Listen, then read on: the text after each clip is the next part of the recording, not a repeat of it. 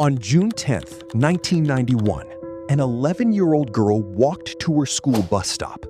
A stranger grabbed her in broad daylight, used a stun gun, and dragged her into a car. Her stepfather chased the vehicle on a bicycle and watched her disappear. For the next 18 years, the world believed she was dead. She wasn't.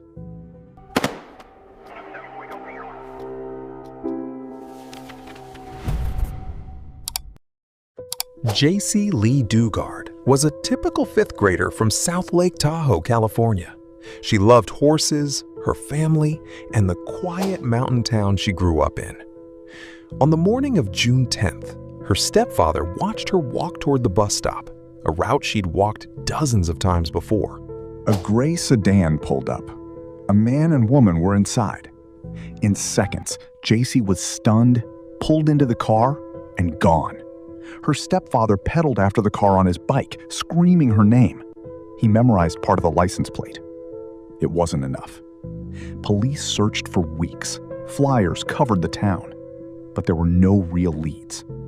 As months turned into years, Jaycee Dugard's case went cold.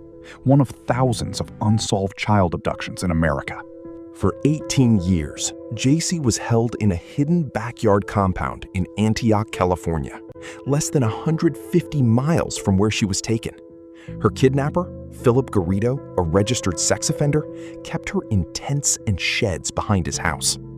During this time, Jaycee gave birth to 2 daughters, both fathered by Garrido.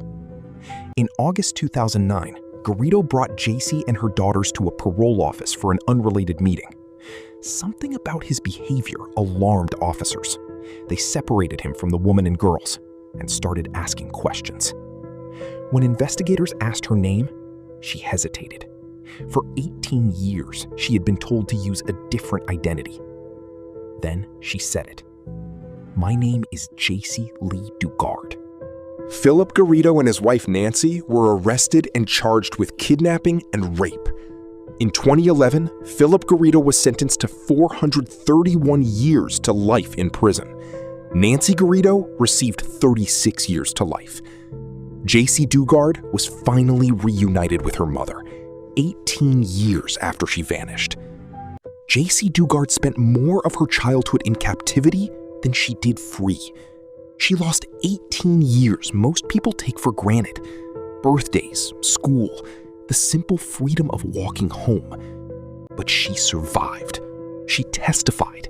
She built a foundation to help other survivors heal.